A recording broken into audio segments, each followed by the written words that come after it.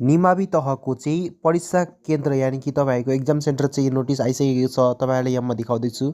यो रहेको छ कोशी प्रदेशको। तपाईँहरूले स्क्रिनसट लिनु होला।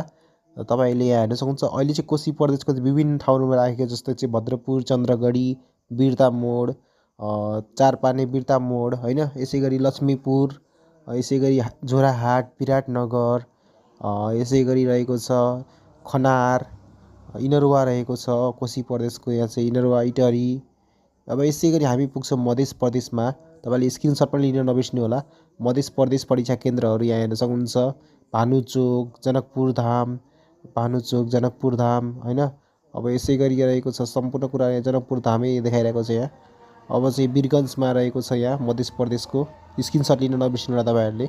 म जुम गरेर देखाइदिन्छु स्लाइड गरेर। अब फेरि यो बागमती प्रदेशको आयो है साथीहरू। यहाँ माथि हेर्न सक्नुहुन्छ यो बागमती प्रदेशको रहेको छ। तपाईँले स्क्रिनसट लिएर हेर्न सक्नुहुन्छ अथवा म तपाईँलाई पिडिएफ राखिदिएको हुन्छु।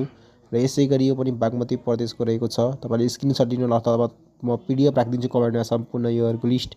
अब गण्डकी प्रदेशको रहेको छ। अब यसै गरी गण्डकी प्रदेशको पनि यहाँ लुम्बिनी प्रदेशको आयो। लुम्बिनी प्रदेशको अलिक थोरै देखिएको रहेको यहाँ 2 पेज लुम्बिनी प्रदेश रहेको छ। ओके 3 पेज रहेको छ लुम्बिनी प्रदेश।